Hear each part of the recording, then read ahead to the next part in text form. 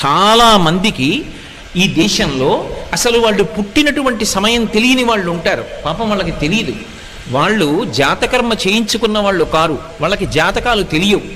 తెలియనప్పుడు ఎవరైనా ఇబ్బందులు పడుతున్నారనుకోండి, పెద్దలు ఏం చేస్తారంటే వాళ్ళు పడుతున్న ఇబ్బందిని వింటారు.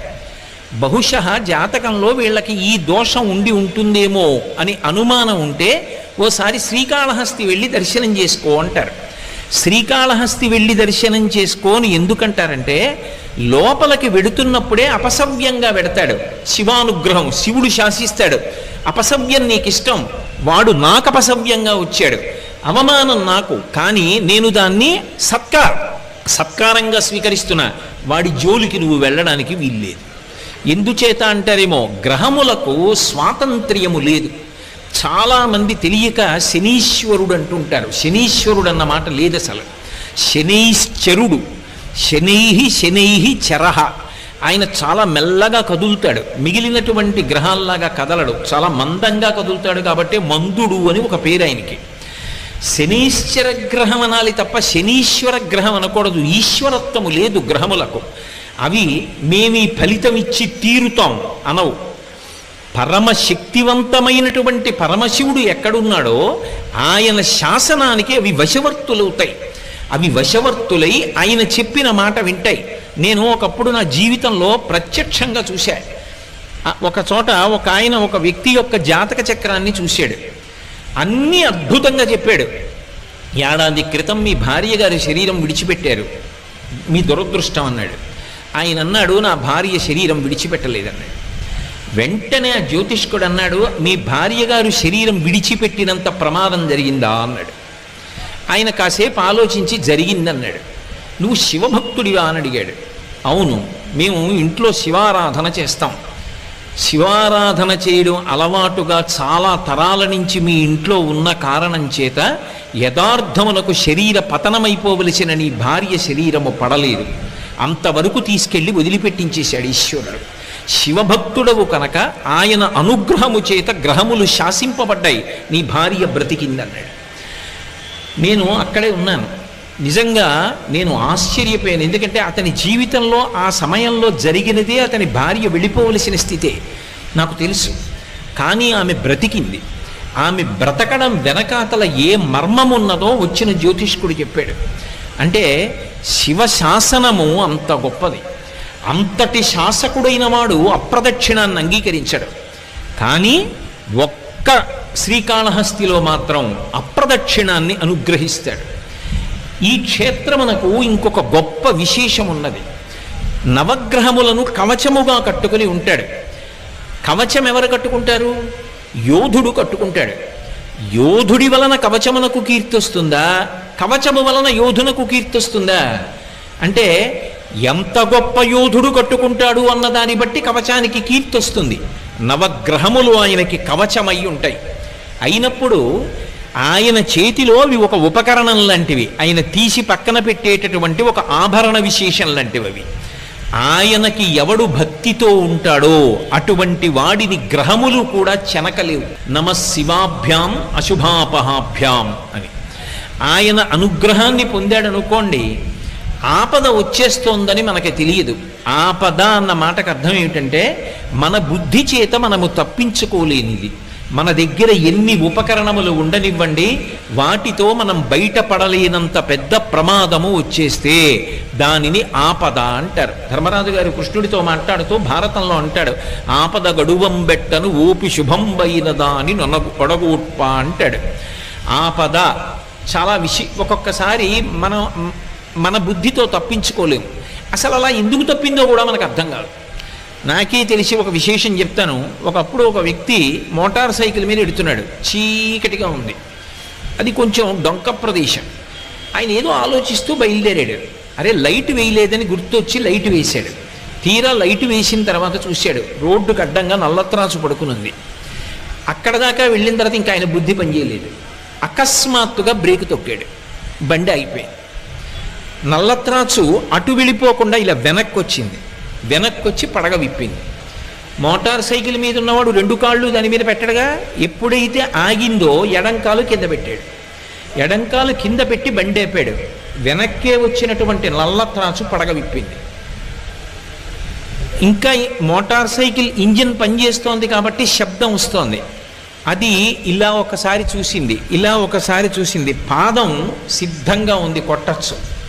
కొట్టకుండా ఎందుకో వెనక్కి తీసేసి పక్కకి వెళ్ళిపోయింది. దానికి ఏం కారణం చెప్పాలి? అది కొట్టడానికి కొట్టకపోవడానికి మధ్యలో ఎవరున్నారు? అప్పుడు ఆ వ్యక్తి చదువుకున్నటువంటి విద్యార్హతలు తీసుకురాగలడా, లేకపోతే నాకు బ్యాంకులో ఇంత డబ్బు ఉందని తీసుకొచ్చి చూపిస్తాడా, నాకు ఇంత పరివారం ఉందని చూపిస్తాడా, నాకు ఇంత సరస్వతీ కటాక్షం ఉందని చూపిస్తాడా? ఏది కాపాడుతుంది? అది ఆపద అంటారు. ఆ సమయంలో పామా నువ్వు ఆయనను చెనకవద్దు, తప్పుకో, వెళ్ళిపో వెనక్కి అని శాసించగలిగిన వాడు ఒకడున్నాడు. వాడు నీ మాంసచక్షువుకు కనపడవచ్చు, కనపడకపోవచ్చు. అటువంటి వాడెవరున్నాడో వాడు మాత్రమే ఆపద తీసేస్తాడు. ఆపద చెప్పకుండా ఎలా తీస్తాడో శుభం ఇచ్చేటప్పుడు చెప్పకుండా అలా ఇస్తాడు. నీ మీద నేను ప్రీతి చెందానోయ్, రేపు నీకో శుభవార్త చెప్తున్నాను అనేం చెప్పడం, చెప్పకుండా శుభాలు ఇస్తాడు. అలా శుభాలు ఇవ్వడం తప్ప అశుభం చెయ్యడం చేతకాని వాడెవరో ఆయన్ని శివ అని పిలుస్తాడు. అటువంటి శివుడు అశుతోషుడైన క్షేత్రం శ్రీకాళహస్తి. అందుకే ఈ క్షేత్రం దగ్గరికి వచ్చేటప్పటికీ ఒక విశేషం ఉంటుంది. మీరు ఏం చేశారన్న దానితో సంబంధం ఉండదు. కేవలముగా క్షేత్ర ప్రవేశం చేసి ఒక నమస్కారం చేస్తే చాలు. శ్రీకాళహస్తి క్షేత్రం గురించి పెద్దలు ఏం చెప్తారంటే, ఈ క్షేత్రంలోకి వచ్చి నివాసం ఉంటే చాలు. రోజు వచ్చి కాళహస్తీశ్వరలింగాన్ని మీరు దర్శనం చేశారా, జ్ఞానప్రసూనమ్మను చూశారా అన్న దాంతో సంబంధం ఉండదు. ఈ క్షేత్రంలో నివాసం చేసి ప్రాణం వదిలిపెట్టేశాడు అనుకోండి, వాడు మోక్షమునే పొందుతాడు. ఎందుకంటే వాడు కైలాసవాసం చేసిన వాడితో సమానం. అందుకని వాడిని ఇంకొకళ్ళు ముట్టుకోవడానికి వీల్లేదు. శ్రీకాళహస్తి ప్రవేశమునకు ఒక్కదానికే సాక్షాత్ కైలాస ప్రవేశము కిందే శాస్త్రం తీసుకుంటుంది. అంత గొప్ప క్షేత్రం. ఇటువంటి క్షేత్రంలో నది అంత గొప్పదై ఉండడం, విఘ్నేశ్వరుడు సర్వోత్కృష్టమైనటువంటి స్థితిని పొంది ఉండడం ఒక అద్భుతమైనటువంటి విశేషం. సాధారణంగా క్షేత్రానికి ఒక నది ఉంటుంది, ఒక పుష్కరిణి ఉంటుంది. అన్ని వేళలా నది చాలా చాలా గొప్పది, ఈ నది కన్నా ఆ నది అంత గొప్పది అని చెప్పడం సాధ్యం కాకపోవచ్చు. నదిగా ఎప్పుడూ గొప్పదే, ఏ నది కూడా తక్కువ కాదు, అన్ని నదులు గొప్పవే. కానీ ఒక గంగా నది ఉందనుకోండి, గంగా నది కన్నా అని చెప్పాలంటే దానికి ఒక ప్రమాణం ఉండాలి. గంగా నదితో పోల్చాలి, ఒక ప్రమాణం ఉండాలి. కానీ ఇక్కడ ప్రవహించేటటువంటి నది సువర్ణముఖరి అని పిలువబడుతుంది. సువర్ణముఖరి నది ప్రవాహం ఉన్నటువంటి క్షేత్రం. ఎందుచేత అంటే యథార్థమునకు శ్రీకాళహస్తిలో నది లేదు ఒకప్పుడు. అగస్త్య మహర్షి ఈ ప్రాంతానికి వచ్చి శంకరుణ్ణి పూజ చేసి ఆయన ఇక్కడే తపోవనాన్ని ఏర్పాటు చేసుకుని తపస్సు చేశారు. అగస్త్యుడు మహాశివభక్తుడు. ఆయన పాద స్పర్శ పొందినటువంటి ప్రదేశం ఇది.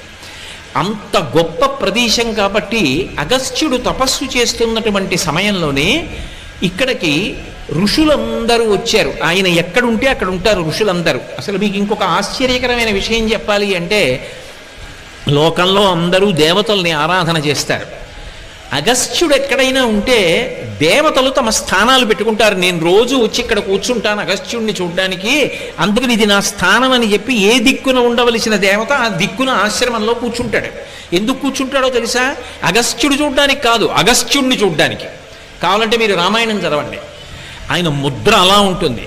పరమశివుడుగా ఉన్న భగవంతుడు కూడా ఆయన వలన ఉపకారమును పొందుతాడు. పార్వతీ కళ్యాణంలో భూమి యొక్క భారాన్ని నిలబెట్టినవాడు, సూర్యగమనం కోసమని వింధ్యపర్వతం యొక్క అహంకారాన్ని అణిచినటువంటి వాడు, కాశీపట్టణం మీద అంత మక్కువ కలిగినటువంటి వాడు, ద్రవిడ దేశానికి కావేరీ నది ప్రవాహాన్నిచ్చి వ్యాకరణాన్నిచ్చి అనుగ్రహించినటువంటి వాడు, అంతటి మహానుభావుడు అగస్త్యుడంటే. అటువంటి అగస్త్యుడు శ్రీకాళహస్తి మీద వ్యామోహం పొందాడు. ఇక్కడికొచ్చి తపోవనాన్ని నిర్మించుకుని తపస్సు చేశాడు. అప్పుడు ఋషులందరూ అడిగారు, ఇక్కడ ఒక నది లేదు, నది తీసుకురండి అని అడిగారు. ఆయన అన్నాడు, ఒక నది రావాలి అంటే ఒక పర్వతం మించి ప్రవహిస్తుంది. ఎందుకంటే నదులన్నీ పర్వతానికి కూతుళ్ళ లాంటివి, పర్వతాల మించి వస్తాయి. ఏ పర్వతం మించి నేను తీసుకురావాలని అడిగాడు. వాళ్ళు అన్నారు, నీకే తెలియంది మాకు తెలుస్తుందా? మాకు తెలియదన్నారు. మరి ఎవరిని అడగాలి అంటే, అగస్త్యుడు గొప్ప గాణాపత్యుడు. ఆయన మహాద్భుతమైనటువంటి వినాయకోపాసన చేస్తాడు. అసలు ఆయన చేయని ఉపాసన లేదు, అంత గొప్ప ఉపాసకుడు. వినాయకుడిని చాలా తొందరగా ఎలా అనుగ్రహింపచేసుకోవాలో ఆయనకి తెలిసినట్టు ఎవరికి తెలియదు. ఆయన ఒక మాట చెప్పాడు, గజాసుర సంహారాన్ని పాతాళలోకంలో గణపతి చేశాడు, అందుకని కపిలవర్ణం పొందాడు, అందుకని కపిలుడు అని పేరు పొందాడు. ఇప్పుడు కపిలుడు అంటే నల్లగా ఎర్రగా రెండు రంగులు కలిసి ఉంటే కపిలవర్ణం అంటారు. చాలామంది కపిలవర్ణం అంటే నల్లా అంటూ ఉంటారు. నల్లావు కాదు, నలుపు ఎరుపు కలిసి ముద్ద రంగు పొందితే కపిల ఆవు అంటారు, కపిల గోవు అని పిలుస్తారు. ఆయన గజాసురుణ్ణి చంపాడు. ఏనుగు ముఖం ఉన్న వాడి చేతిలో తప్ప నేను మరణించనని వరం అడిగాడు గజాసురుడు, అనుగ్రహించాడు పరమాత్మ. అందుకని తన కొడుక్కి ఏనుగు ముఖం పెట్టాడు పరమశివుడు, అసలు రహస్యం లోక సంరక్షణం కోసమని. ఇప్పుడు ఏనుగు ముఖమున్నటువంటి విఘ్నేశ్వరుడు ఏనుగు ముఖమున్న రాక్షసుణ్ణి పాతాళంలో సంహరించి ఆ నెత్తురంతా మీద పడితే కపిలవర్ణం పొందాడు. పొంది పరమ సంతోషంతో పాతాళంలోంచి భూమి వివరం చేసుకుని పైకొస్తున్నాడు. ఆయనకి అమ్మ అంటే విశేషమైనటువంటి ప్రీతి. కంచి కామకోటి పీఠాధిపత్యం వహించినటువంటి చంద్రశేఖరేంద్ర సరస్వతి మహాస్వామి వారు ఈ క్షేత్రం గురించి ఒక మాట చెప్తుండేవారు. వినాయకుడితో కలిసి జ్ఞానప్రసూనాంబ ఈ క్షేత్రానికి వచ్చింది అని చెప్తుండేవారు. అటువంటి వినాయకుడు పాతాళంలోంచి పైకొస్తున్నాడు. అగస్త్య మహర్షి వెళ్ళి ఆయనని ఆరాధించవలసినటువంటి రీతిలో ఆరాధన చేశాడు. ఆయన వెళ్ళి గణపతిని దర్శనం చేశారు. అందుకే ఇక్కడ పాతాళ గణపతి. ఇంకొక పెద్ద విశేషం ఉంది. అసలు గణపతి ఎక్కడుంటారు అంటే మూలాధార చక్రమునందు ఉంటాడు. మూలాధారం అన్ని చక్రాల కిందకుంటుంది, బుధస్థానమునందు ఉంటుంది. కాబట్టే మూలాధార క్షేత్రస్థితం అని ముత్తుస్వామి దీక్షితారు వారి కీర్తన. మూలాధారం కిందకు ఉండాలి కాబట్టి ఇక్కడ ఉన్నటువంటి గణపతి మూలాధార సూచనగా కిందకుంటారు, పాతాళ గణపతి అన్న పేరుతో ఉంటారు. సాధారణంగా మీరు ఎప్పుడైనా సరే గణపతి ఉపాసనలో ఒక విశేషం ఉంది. గణపతి తత్వమంతా 16 అంకె మీద పెడుతుంది. అందుకే ఆ 16 నామములు చదవాలి. ప్రతిరోజు కార్యక్రమం దేంతో మొదలవ్వాలి అంటే విఘ్నేశ్వరుడి యొక్క 16 నామములతో మొదలవ్వాలి. ఒకవేళ నాకు చదవడం రాదనుకోండి, కనీసం నేను ఒక కాగితం మీద రాసుకుని చదవాలి. నాకు అలా చదవడం కూడా రాదనుకోండి, చదివే వాళ్ళు ఇంట్లో ఒక్కళ్ళైనా ఉండాలి.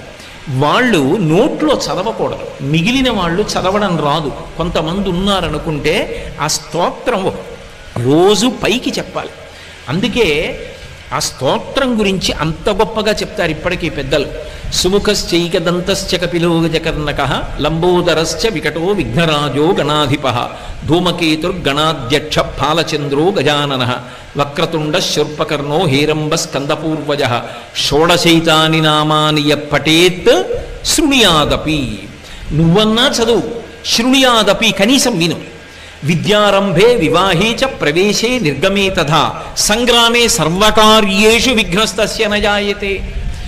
దేనికైనా సరే ఇది చదవవలసిందే. ప్రవేశే నిర్గమే తథా, అసలు రహస్యం అంతా అక్కడ పెట్టారు. లోపలికి వచ్చినా బయటికి వెళ్ళినా, ఏ లోపలికి వచ్చే బయటికి వెళ్ళడం, అసలు అది పెద్ద విశేషం ఆ స్తోత్రంలో.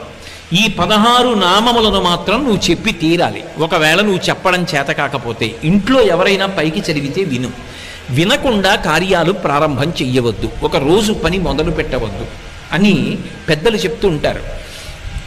16 నామముల మీద ఆయన తత్వం నడుస్తుంది. ఒక్క శ్రీకాళహస్తి క్షేత్రానికి మాత్రం ఒక విశేషం ఉంది. ఇక్కడ విఘ్నేశ్వరుడు అగస్త్యుని యొక్క పూజకు సంతసించి ఒక విశేషాన్ని ప్రకటించాడు. 16లో 4వ వంతు ఈ క్షేత్రంలో ప్రవేశించి పాతాళ గణపతి దగ్గరికి వచ్చి చెప్తే చాలు. 4 నామములు పలకాలి. ఇక్కడ గణపతి దగ్గరికి వెళ్ళి అథవా వెళ్ళి అక్కడ నిలబడి చెప్పి బయటికి వస్తుంటే వెనకాతల చాలామంది ఉండిపోతారు కదండి అనుకుంటే, మెట్లు దిగక ముందే నిలబడి 4 నామములు చెప్పాలి. ఏమని చెప్పాలి అంటే గజాననారి అంటే ఏనుగు ముఖము కలిగినటువంటి అసురుడు, రాక్షసునికి శత్రువైనటువంటి వాడు. గజానన అంటే ఏనుగు ముఖం ఉన్నవాడు, అరి అంటే శత్రువు. గజాననారి ఏనుగు ముఖము కలిగినటువంటి రాక్షసునకు శత్రువైనటువంటి వాడా. అలాగే అగస్త్యుని చేత స్తోత్రము చెయ్యబడినటువంటి వాడా. కనీసం నామంగా అక్కర్లా, ఇలా చెప్పినా చాలు. 3వది పరమ భాగవతోత్తములైన వారు ఎవరుంటారో వాళ్ళ యొక్క ఈప్సితములను నెరవేర్చేటటువంటి లక్షణము కలిగినటువంటి వాడా ఈ 3 నామములు చెప్తూ ఆయన యొక్క రూపం గురించి, ఆయన వచ్చిన ప్రదేశం గురించి చెప్పేటప్పుడు పాతాళ వివర స్థాననే నమః, పాతాళ వివరమునందు లేదా భూవివర స్థాననే నమః, భూవివర నివాసాయ నమః.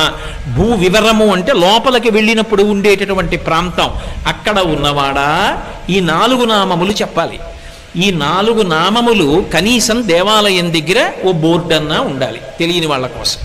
ఉంటే వెళ్ళేటటువంటి వాళ్ళ 4 నామములు చెప్పి మెట్లు దిగి విఘ్నేశ్వరుణ్ణి స్తోత్రం చేస్తారు, ఒక నమస్కారం చేస్తారు. అంటే 16 నామములు చెప్తే ఇచ్చేటటువంటి ఫలితం ఇక్కడికొచ్చి 4 నామములు చెప్తే నేను కాపాడతానని ప్రతిజ్ఞ చేశాడు.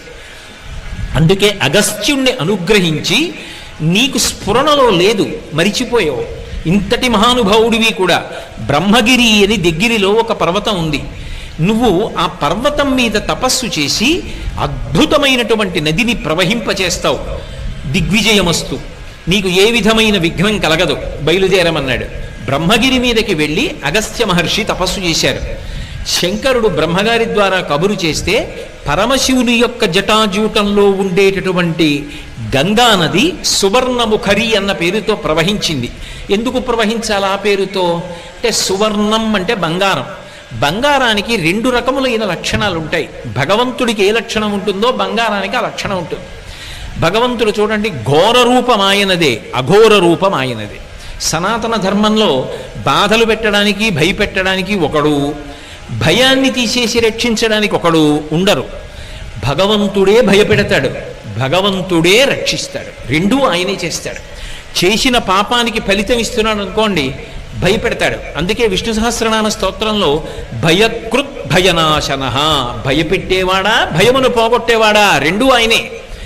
మన పాపమునకు ఫలితం ఇచ్చినప్పుడు భయపెడతాడు. అందుకు కదూ రుద్రాధ్యాయంతో అభిషేకం చేస్తుంటే నమస్తే అస్తు ధన్వనే బాహుభ్యాముతతే నమః అని మొదలు పెడతారు. నీ చేతిలో ఉన్న ధనస్సుకి నమస్కారం, ఆ చేతులకి నమస్కారం.